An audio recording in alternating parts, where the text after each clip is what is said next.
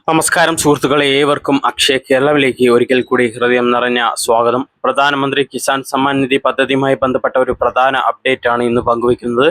ചില ഗുണഭോക്താക്കൾക്ക് അവർ ഇതുവരെ കൈപ്പറ്റിയ തുക സർക്കാർ തിരികെ അടയ്ക്കണമെന്നാവശ്യപ്പെട്ട് നോട്ടീസ് ലഭിക്കുന്നതായി റിപ്പോർട്ടുകളുണ്ട്. എന്തുകൊണ്ടാണ് ഇത്തരം നോട്ടീസുകൾ വരുന്നത്? ആർക്കൊക്കെയാണ് ഈ പദ്ധതി അർഹരല്ലാത്തത്? നിങ്ങൾ ആശങ്കപ്പെടേണ്ട സാഹചര്യമുണ്ടോ എന്നുള്ള കാര്യമെല്ലാം നമുക്ക് വിശദമായി നോക്കാം. രാജ്യത്തെ അർഹരായ കർഷകർക്ക് സാമ്പത്തിക സഹായം നൽകുന്നതിനായി കേന്ദ്ര സർക്കാർ നടപ്പിലാക്കുന്ന പദ്ധതിയാണ് പ്രധാനമന്ത്രി കിസാൻ സമ്മാൻ നിധി യോജന എന്ന് എല്ലാവർക്കും അറിയാം.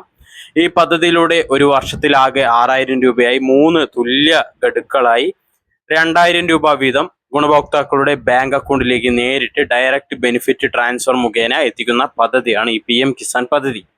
സമീപകാല പരിശോധനകളിൽ ചിലർ അർഹത ഇല്ലായിരുന്നിട്ടും പദ്ധതിയുടെ ആനുകൂല്യം നേടുന്നതായി കണ്ടെത്തിയതായി റിപ്പോർട്ടുകളുണ്ട്.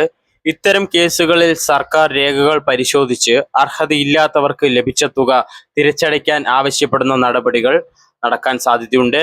എല്ലാ ഗുണഭോക്താക്കൾക്കും നോട്ടീസ് വരുന്നു എന്നല്ല, അർഹത സംബന്ധിച്ച മാനദണ്ഡങ്ങൾ പാലിക്കാത്തതായി കണ്ടെത്തുന്നവർക്കാണ് ഇത്തരത്തിലുള്ള നടപടികൾ ബാധകമാകുക. ഇനി ആരൊക്കെയാണ് അർഹതയില്ലാത്തതെന്ന് നോക്കാം. പദ്ധതിയുടെ നിലവിലെ മാനദണ്ഡങ്ങൾ പ്രകാരം ചില വിഭാഗങ്ങൾക്ക് ആനുകൂല്യം അർഹതയില്ലാത്തതാണ്. വരുമാന നികുതി അടയ്ക്കുന്ന വ്യക്തികൾ, ഡോക്ടർമാർ, എഞ്ചിനീയർമാർ, അഭിഭാഷകർ, ചാർട്ടേഡ് അക്കൗണ്ടന്റ് തുടങ്ങിയ ചില പ്രൊഫഷണൽ വിഭാഗങ്ങളിൽ പെടുന്നവർ, പ്രതിമാസം 10,000 രൂപയോ അതിലധികമോ സർവീസ് പെൻഷൻ ലഭിക്കുന്നവർ, ഇവയിൽ ഉൾപ്പെടുന്ന പദ്ധതിയുടെ ആനുകൂല്യം ലഭിച്ചിട്ടുണ്ടെങ്കിൽ പരിശോധിക്കുന്ന ശേഷം കർശന നടപടികൾ ഉണ്ടായേക്കാം.